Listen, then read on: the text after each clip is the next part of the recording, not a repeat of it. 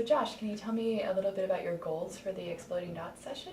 Yeah, so my first session on Introduction to Problem Solving is a pretty hard problem. It was pretty tough for a lot of middle school teachers, and so I wanted to make sure to pick something that was really accessible. So this thing starts out with just counting, and also make something that had more clear classroom connections. And here we had the multiple algorithms for addition, subtraction, multiplication. I think a lot of people learn tons of algorithms for multiplication. That's a common school topic, but Right. having these different addition and subtraction algorithms, and I think some of the teachers really grooved on the having negative answers in some of the decimal places as an intermediate step for the Right, process right. because of all the skills that would connect it to. So that was the goal, was to have a session that was really accessible and had really clear middle school connections, but still was something in the spirit of the teacher circle that had real problems to solve in depth and possible extensions way beyond what we could do during the time of the session, and really get people to think deeply about simple things like the intro to problem solving, where it's simple addition and multiplication, but you end up with algebra and commutativity and associativity and all these other ideas growing out of it. And Right. so here it's a similar thing, except growing out of the topic of place value. So how do you think the session went today? I think it went pretty well. I got a lot of different people up at the board, so there were a lot of people who felt engaged enough to be willing to give it a try and share their stuff and show what they were doing, and all the tables seemed to be coming up with at least one way of solving all the problems, maybe more.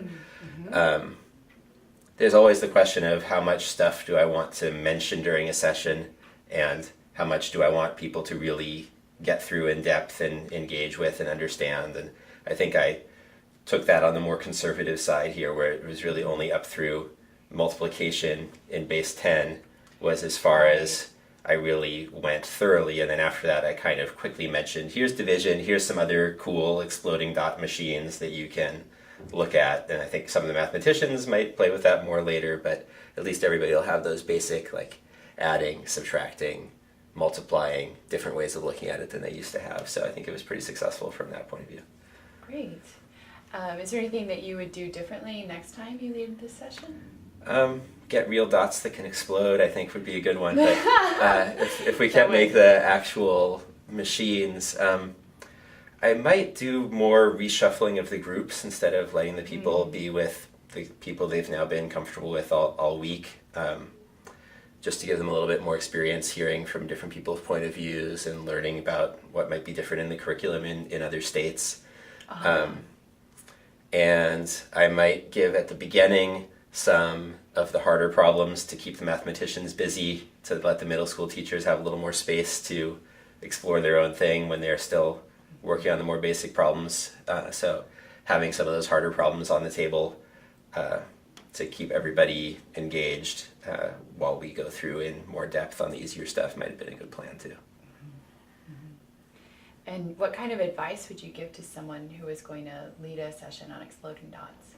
Well, we got the comment at the end that starting with the 2-1 machine was probably a good idea, that if you start with the 10-1 machine and you're dealing in base 10, it's too familiar to people, and it doesn't really give them that same nudge out of the comfortable place value ideas that they've already formed. Right. So I think that's an important piece. Making sure that people don't go too far into writing digits in the boxes instead of writing dots in the boxes, I think is a big issue that you want to make them keep coming back to, describing things in terms of explosions and dots. I really liked the little domino idea that we came up with in this session as a way of putting copies of machines into other machines for multiplication was pretty nice. And I think the whole idea of anti-dots from subtracting is a lot more natural when you actually draw the explosions, because then a dot with an explosion without a dot is an anti-dot, it's a negative number, so you have this completely natural representation of negative numbers in there. So I think that's important to set up the subtraction by having the explosions drawn in the picture instead of having dots just disappear. Great. Well, thank you. You're welcome. Thank you.